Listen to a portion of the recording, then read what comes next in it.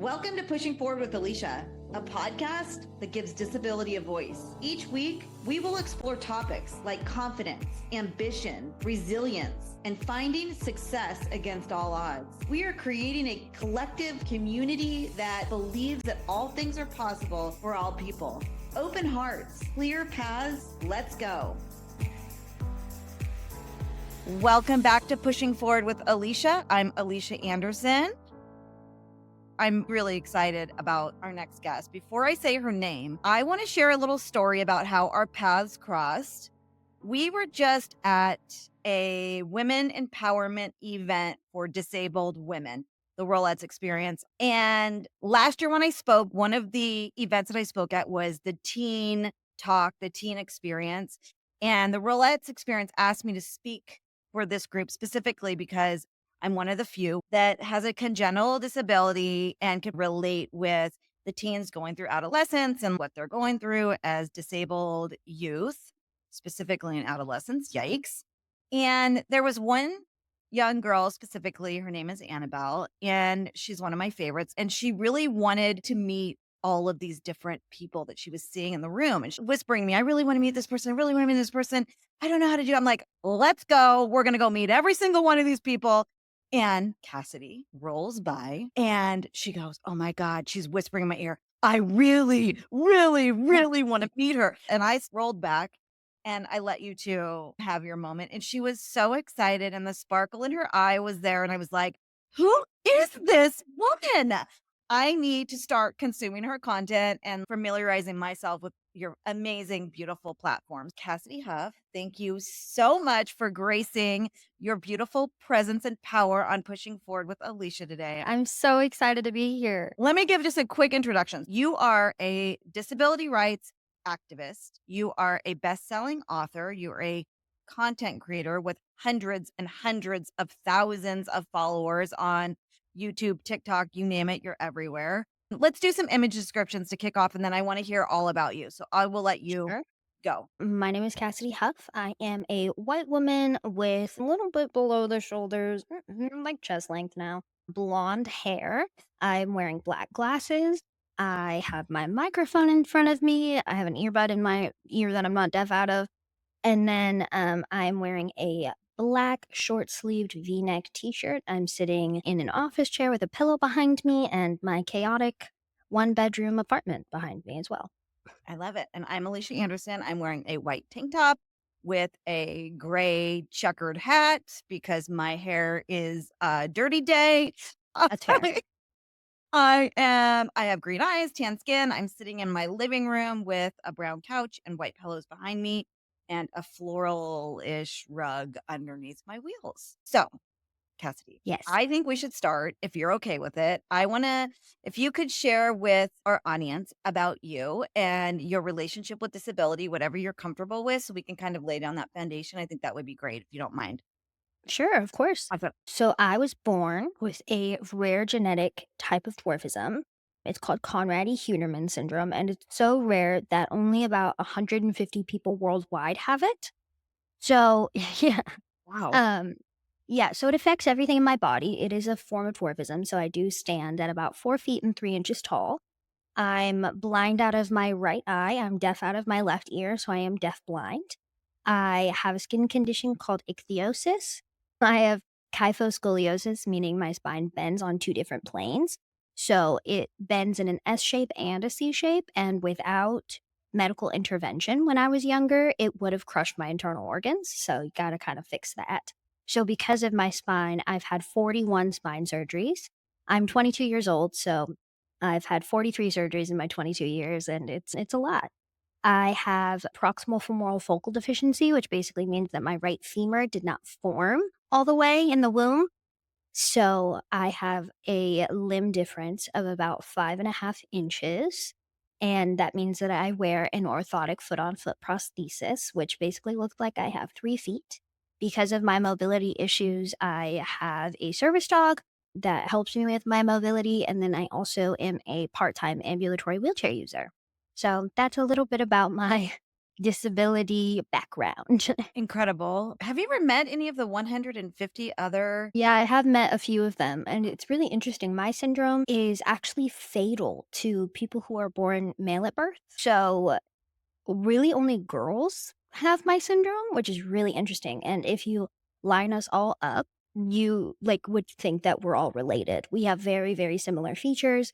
All of us usually have like fair skin, blonde hair. It's so interesting. So I think it's really interesting meeting other people who have my syndrome, mainly because a lot of them are younger than I am. And so it's really cool getting to see them and see how far technology has come just in my lifetime because they don't have to have surgeries every 6 months that I had to have Wow. when I was younger. So we mentioned congenital disability. Let's talk about it since we're both in that group and we were just talking about Annabelle. And how was it growing up with this disability? How did that translate to you being this front end of the stage advocate activist that you are? That's so interesting that you asked that question actually, because I just did a video on this last night. Wow. So I went to public school for 12 years from first grade to senior year of high school. And I was mainstream, so I didn't go to any kind of deaf school or blind school. I was told that I wasn't deaf enough and I wasn't blind enough. And when you're going to school, I mean, I'm sure you had it with a bunch of able bodied kids, it's not a fun time sometimes. Growing up, I was a very happy child. I loved life. And specifically, I loved performing. Was performing before I could even grasp what performing was. I made my family like sit down in the living room and I forced them to watch one woman shows that I put on. And then when my sister was born, I forced her to be in them. And I was the director, producer, actor, writer of all of these. And so my family was not shocked when I was like 16, 17, and I was like, "I think I wanna go to school for musical theater." They were like, "No way. Weird." I had a very happy, positive childhood, but I did struggle with a lot of early depression, mainly because I was going in and out of the hospital. I had surgeries every 6 months. So, I remember missing out a lot on different activities and different things and not being able to do everything that my peers could do, and so I really found my community in theater, and I really found my community in the hospital, unfortunately. But I had a lot of fun times in the hospital. So I had a very happy childhood, but it was also really hard at times. And I think you can relate to that growing up disabled and having those struggles of knowing that you're different, but then also not really thinking that you're different and then being like, why don't kids want to be friends with me? Also, my family, nobody in my family is disabled either. And so that was also really difficult. Like they could sympathize with me and they really tried to help me. I had such a supportive family and support system growing up, but nobody gets it. So I didn't really find that community of people who got it until I was in college and moved out and past my teenage years. That was the exact same for me too. It happened in college for me. I think that's important for the young group that follows this podcast to hear. And so how does that translate to the advocacy work that you're doing today? So I started content creation when I was 18. I just graduated high school. It was 2020. And I started content creation on accident, truthfully. I accidentally went viral with the very first video I ever posted. And I posted it at like 11 o'clock on a Tuesday night and woke up to 10,000 followers, and, like literally overnight. Wow. And then I was like, oh no, what am I supposed to do? And so I had really long talks with my family. My grandmas were like my best friends. And so I was talking to them and I was like, what do I tell people? And they were like, well, your life in general is just like educational. You could just literally share your story and talk about your life like you've been doing your entire life and people will listen to you. So I started with that and then I really started going down this rabbit hole of looking at disability rights and disability history and the history of the disability rights movement. And I really realized I was in this performing world for so long. I always had my heart set on the fact that I wanted to be the representation in the media that I did not have growing up. And I realized that that was a part of my story, but in all reality, I wanted as many people to be educated as possible because disability is inevitable. You're going to become disabled. at some point in your life, whether it's by an accident or whether it's by old age. And so a lot of people are very scared of disability. And by educating them, I've always said that education is the key to eliminating the fear behind something. So I just started educating about my life and I started taking people to hospital appointments with me. And I started taking people through days in my life where I was just doing schoolwork all day. And people slowly started to realize that I was literally just like them. And so I think that's why my platform grew so fast is because people were seeing a disabled person doing normal things, like everyday mundane things. So I just started educating about my life through that way. And that was really my step into disability advocacy. And then I actually started becoming very serious about political aspects of disability advocacy. And yeah, I started like literally this month getting into the political realm and not just educating myself about disability in politics, but being the disability in politics. But yeah, that's kind of my story about, disability advocacy. It started on accident and now I'm here. So let's talk about politics for a minute since you brought it up. I know that you started with a group recently, Disabled Voters for Harris. And what are some of the initiatives that you also want to teach and advocate for within your platform? Yeah, I think mainly it's to show people that disabled voices matter and the disability community is here and we're not going anywhere and we deserve human rights. Unfortunately, it's so sad to say that sentence out loud, but disabled people deserve human rights and we deserve to be seen and heard and listened to, and we are so overlooked. So that's why my friend and I, Jane Mattingly, who you just interviewed, Love her. her and I, like, I also love her, talk to her every day. We started Disabled Voters for Harris, and the team has grown now. And so currently the executive director of Disabled Voters for Harris, and we provide a platform for disabled people to understand their rights and resources, all about policy and asking the community what kind of issues they're concerned about with the upcoming election, what kind of issues they want to see the new administration handle as far as disability goes. And we're going to combine all of that into a letter and submit it to the Harris campaign. And so I have two full-time jobs now. One of them being Disabled Voters for Harris, which I am not getting paid for. It's completely volunteer based. And then the other one being social media full-time. So yeah, it's been a really interesting dive. No, Okay, can we shift a little bit? Okay. sure. So, another thing that I love about your content is how you do advocacy, you talk about accessibility, you show your life, you show technologies, but you also have a beautiful love story. You have a service dog. You share your life in a real way. So my boyfriend and I have been together for a little over 2 years now. And we live together. We have two fur babies, one of which being my service dog, another being my kitten. We moved into our apartment at the beginning of this year.